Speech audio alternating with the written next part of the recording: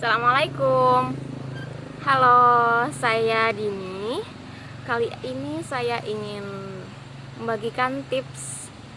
Jadi mahasiswa yang beda punya ide-ide cemerlang dan semoga bisa menjadi mahasiswa yang sukses gitu. Oke, tips yang pertama ya, langsung saja. Yang pertama, banyakin baca buku. Oke, banyakin baca buku. Bisa mulai dari buku-buku kuliah. Kalau kita banyak baca buku gitu ya, nanti jadi otak ini tuh nggak kosong, punya bahan materi ketika ada diskusi di kelas atau presentasi. Itu kita juga bisa menyampaikan pendapat kita bisa mengkritisi kayak gitu. Selain itu, kalau kita baca banyak buku juga, teman-teman bisa menuangkan ide-ide kerennya di dalam sebuah tulisan. Bisa menulis di media massa atau lebih tingkat beratnya lagi menulis sebuah jurnal seperti itu. Oke, clear? Tips yang nomor 1. Dan tips nomor 2. Oke.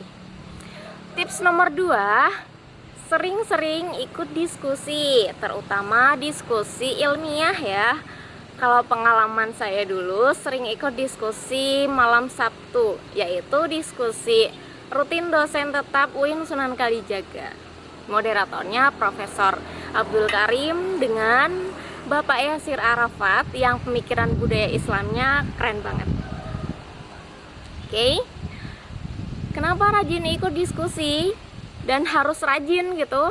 Iya, karena dengan ikut diskusi teman-teman bisa mengamati tuh gimana pembicara itu mulai pembicaraan, mulai berbicara kayak gitu. Terus gimana juga teman-teman audiens itu menyangkal, bertanya, mengkritisi, dan sejauh mana nalar ilmiah teman-teman yang bertanya kayak gitu.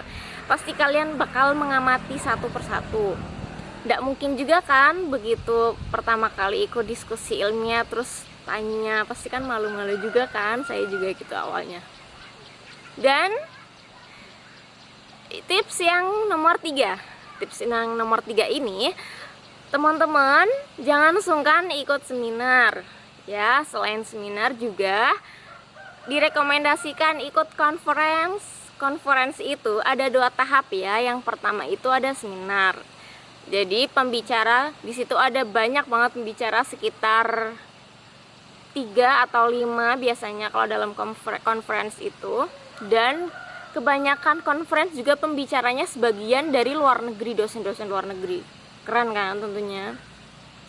Dan sesi yang kedua itu sesi presentasi. Nanti kalau teman-teman gabung dalam conference, gabung sebagai presenternya, teman-teman bisa mempresentasikan hasil pemikiran teman-teman kayak gitu.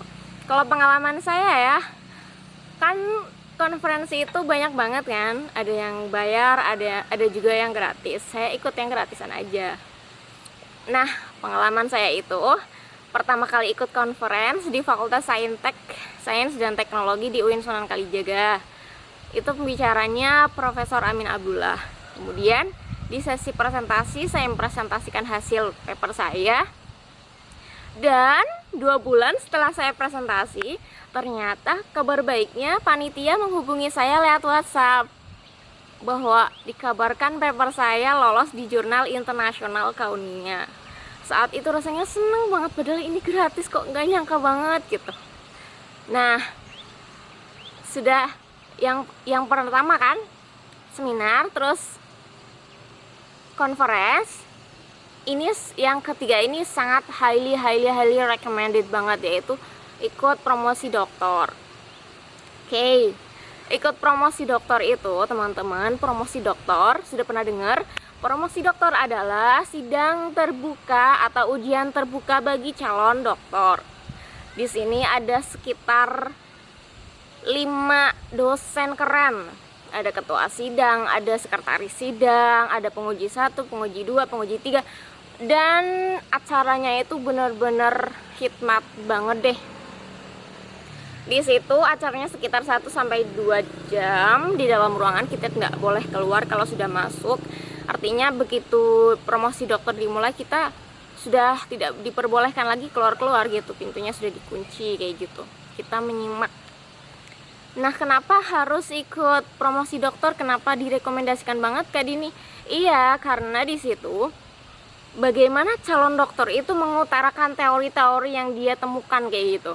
Dia berpendapat, kemudian cara menjawab secara ilmiah itu seperti apa. Ketika penguji satu bertanya, kemudian calon dokter itu menanggapi, itu harusnya seperti apa, dia seperti apa, bagaimana kayak gitu.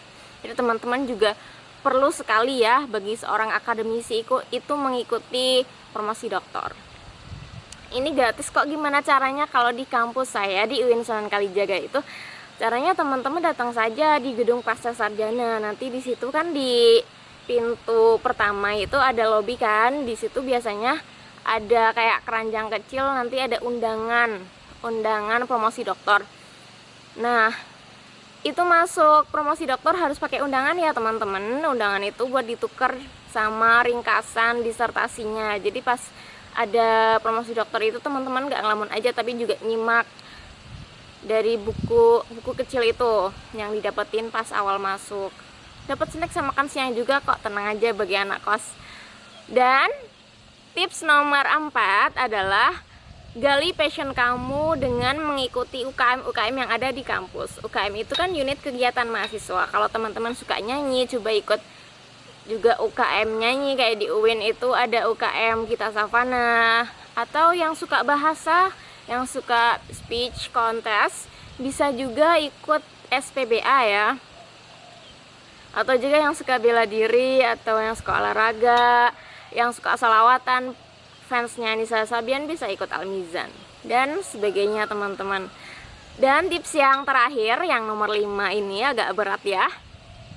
Tips yang nomor 5, ikutilah organisasi yang ideologinya sesuai dengan teman-teman. Jadi misalkan dulu pas SMA itu teman-teman aktif banget di kader Muhammadiyah ya. Nanti pas kuliah teman-teman juga bisa jadi kader yang baik lagi, ikut IMM kayak gitu. Karena di situ kan teman-teman IMM juga jiwa sosialnya tuh sangat tinggi kalau menurut saya ya.